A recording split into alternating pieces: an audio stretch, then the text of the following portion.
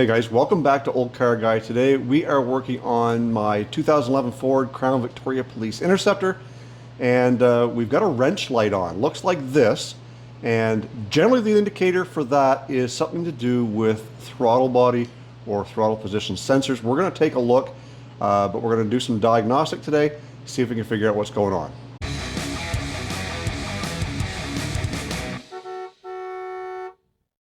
Now, as I mentioned, this is my 2011 Ford Crown Victoria Police Interceptor. And one of the things that makes this car a little bit unique is it's got a 5-speed in it.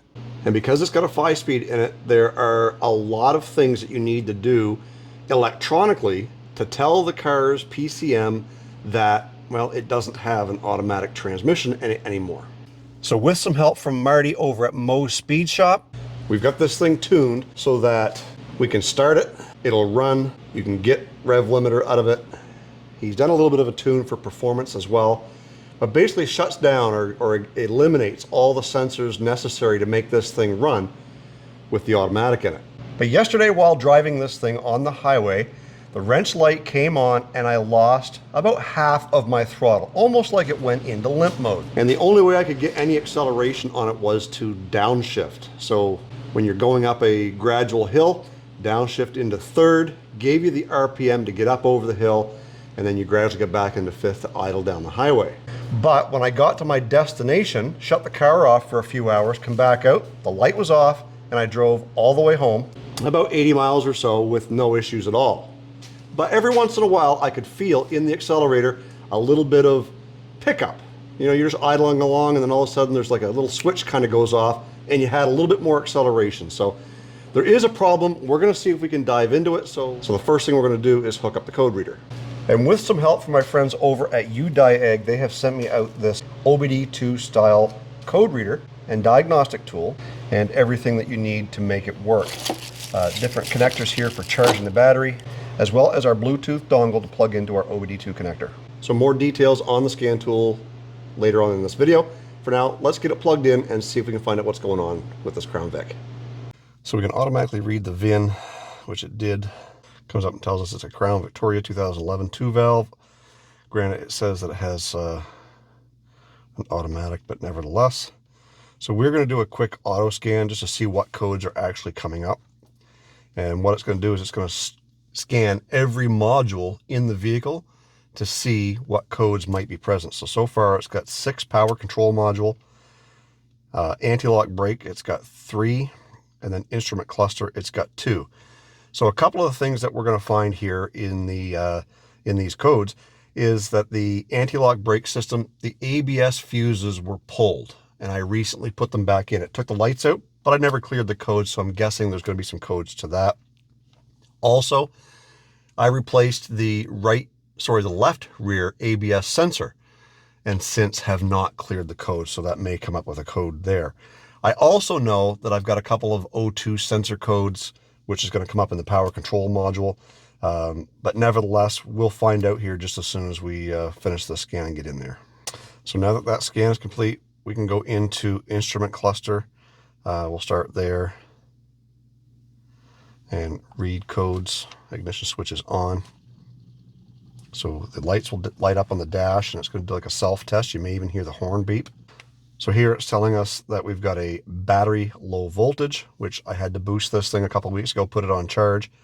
Standard corporate protocol data link fault. Don't know what that means. We'll have to look that up. But we'll end up clearing all these codes anyway at some point and see if they come back. So now we're going to go into anti-lock brake just to make sure that there was nothing in there. We'll read those codes. Yes, it's on. Again, it's going to do a self-test. So it's giving us a code here. B1596-20, service continuous memory diagnostic trouble codes. Just means that there's a history of them stored in there. Anti-lock braking system valve. So there's a code in there. And I think that these, that says lost communication. I think these are because there was no power going to the systems.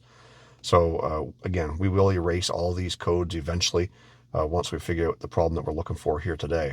So we're going to go into powertrain control module, and we're going to read those codes as well. And if you'll notice, with this UDIAG, things are fairly quick. So what we're going to do is we're going to retrieve the codes. We're not going to do the actual self-test. We're just going to retrieve the codes. ignition switch is on. So while this does that, it's going to go through and pull all the codes out of here that we can. Okay, so the codes have come up, and one code that wasn't there previously is a P0128, coolant thermostat stock open. Yesterday, I had plenty of heat coming home, but I did notice that the coolant temperature gauge was way down at cold. It never really moved off of the C. So it probably is going to need a thermostat. We'll deal with that later. And there's the exhaust oxygen sensor. Those codes I knew were there. Fuel level sensor circuit input low. Don't really know what that means. The gas gauge works. I mean, I know what it means, but the gas gauge does work. Electronic pressure control, electrical. Don't know what that means. Line pressure control circuit low. Is that fuel? We're going to have to look up these codes. So in order to do that, we can go in here and we can say, okay, I don't know what that code specifically means. So let's hit the help button and see what comes up. So when we ask for help, it will tell us what the code is again, and it'll also give us some possible causes. So one is line pressure solenoid valves, pressure control solenoids. We might have a stuck solenoid somewhere. The wiring harness, powertrain control module, refer to the workshop manual for repair. So again, that doesn't really tell me anything. I think it's got 2 fuel codes there. Could the fuel pump be failing us? Possibly. These things had fuel pump issues. But there's nothing in here to do really with the throttle body, unless the coolant temperature being too low is causing other issues. I've seen that before. So what we're going to do is we are going to exit out of here. We're going to clear all the codes. I do expect the O2 and the emissions codes to come back, and we'll see what codes actually come back. So let's go out of here and see if we can erase. Actually, we're going to go back to the main screen here because it does give us a quick erase where we can erase all the codes. So we've cleared the code, and on the instrument cluster, the only thing that comes back up on it is the standard corporate protocol data link fault. Several months ago, I lost everything on the dash, like none of the gauges worked. It went that way for a while, and then the next time I got in the car, they worked. So I'm thinking that maybe there's a loose connection back there.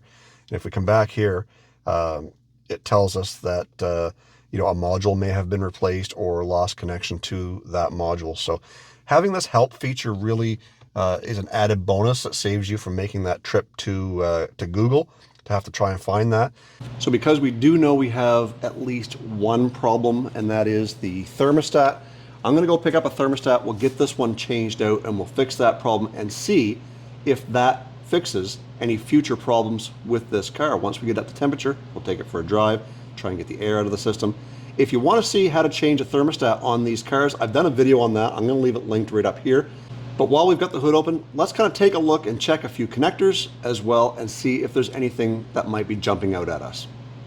Sometimes it's the simple stuff. So the first thing that we want to look at is we want to look at this plug or this wire right here. This is going to the throttle position sensor on the throttle body. And sometimes you can get a break in the wires right in here. This one actually looks good. But also I noticed that the security clip, this little red pin, is out. That's supposed to be in, so someone has been here before. And I suspect it was probably Junior. I bought this car off of Junior. And when he first bought it, he was having some issues with getting it started, which ultimately a tune fixed all of that. But he was swapping parts between this car and the parts car we've got out back. And on the back side over here, we've also got a plug in, so you want to make sure that all the wires look good on that. No mice have been in here chewing anything, or it's not rubbing up against anything. That one is securely plugged in. We are going to reseat it. So we pull off this security tab. Maybe not with our fingers.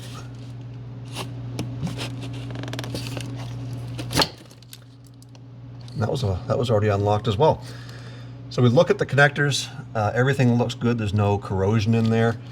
And as we look in there, I don't see any corrosion there either. So we will plug that back in, make sure it's locked. Over here on this side, same thing. We will unplug that. That connection looks good. And one thing I am noticing, so we plug that back in, make sure our security lock is in. And one thing I am noticing, I don't know if you guys caught it earlier or not, is we've got a bolt that's out. right here. So that could be sucking in a little bit of air in there. So Junior, when he was putting this back on, must have forgot to put that back in. It's not cross-threaded or anything, just not tight. So we'll tighten that back up. And there should be another one down here. That one looks like it's in place. And then this one over here, that one seems tight as well. So I'm gonna go grab a wrench. We'll get that tightened back up, and then we'll get to changing out the thermostat.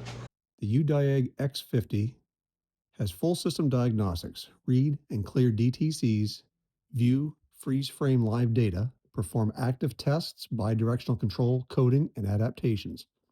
40 plus specialized functions such as transmission adaptation, headlight adjustment, injector coding, and immobilizer programming. Supports CAN-FD protocol for the latest vehicle communication standards. It has a 7-inch ISP touchscreen with Android operating system for multitasking. Quad-core Cortex A7 processor, 1.4 gigahertz, 1 gig of RAM, and 72 gigs of ROM. A 7200 milliamp battery supporting up to 35 hours of continuous use. It's also compatible with over 100 American, European, and Asian brands, 1996 to present, delivering OE level of accuracy. It has auto VIN recognition for instant vehicle communication, wireless Bluetooth VCI interface, and fast boot up under 30 seconds for rapid workflow. The X50 is designed for professional workshop and ensures high diagnostic precision and operational efficiency. So as you guys can see from that time lapse, that changing a thermostat on a Crown Vic is a literal less than 5-minute job. So A, if you're not doing it for yourself and you've got to pay someone to do this for you, keep that in mind. It's literally a 5-minute job. Secondly, if you can do it yourself, you'll save yourself some time and money, but always make sure that you're topping up the antifreeze. This one here, the hose felt like it didn't have a whole lot in it, but nevertheless, we topped it up with some antifreeze, and we'll get this thing running up to temperature, take it for a drive, and see if it's actually going to come back to temperature with the gauge, make sure that it comes up, and see if our throttle limp mode problem still persists.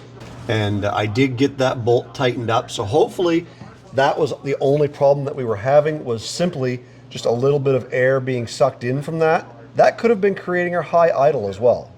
Because when you first start this thing, especially in the cold, it would idle high and it would stay probably just about 1,000 RPM. I never questioned it before because I just assumed maybe it was the tune, the fact that we've had a really bad cold snap here lately. So I think at this point we'll have to just drive it and see what it is that we can actually do, and see if we can get that temperature gauge back up, get the heat a little more quicker. I put a 180 degree thermostat in this instead of the 195, so it should start blowing warm air a lot sooner. So I'm going to take this thing for a drive, get it up to temperature, and see if we can actually get everything resolved. So the thermostat seemed to do the trick. As you can tell, the gauge has come up. Granted, it's a little tough to gain heat in a car today, but it's 18 degrees Fahrenheit or -7 Celsius. So driving down the road, you're putting all that wind chill in through the radiator, keeping the temperature cool anyways. But that is better because before it was only barely coming up about halfway through the letter C in the cold position there. So I think we've made our point. We've got her fixed up here on this end and blowing lots of heat. I'm going to leave a link in the description box down below for the diagnostic tool that we looked at. If it seems like it's something that you guys are interested in, they're a lot cheaper than a lot of the big name brands. And for a DIYer, it might be right up your alley. If there's a discount code, I'll leave it right here as well as in the description box down below. And if you've noticed, I've got the new OCG hat. This one is not the embroidered one. The ones that are on the website are. So if you want your own, very own distressed OCG hat or merchandise like this caution sign, Everything is listed in the first link in the description box down below. Help support the channel in more ways than just watching these videos. Guys, if you found this video interesting, please give it a thumbs up. Make sure you subscribe to Olde Carr Guy. We got lots more that we're working on. Like we're getting ready to put this 5.3 liter cammed LS into my 1990 Chevy Suburban. So stay focused on the windshield, not the rearview mirror. I love you guys. God bless. We'll catch you in the next video.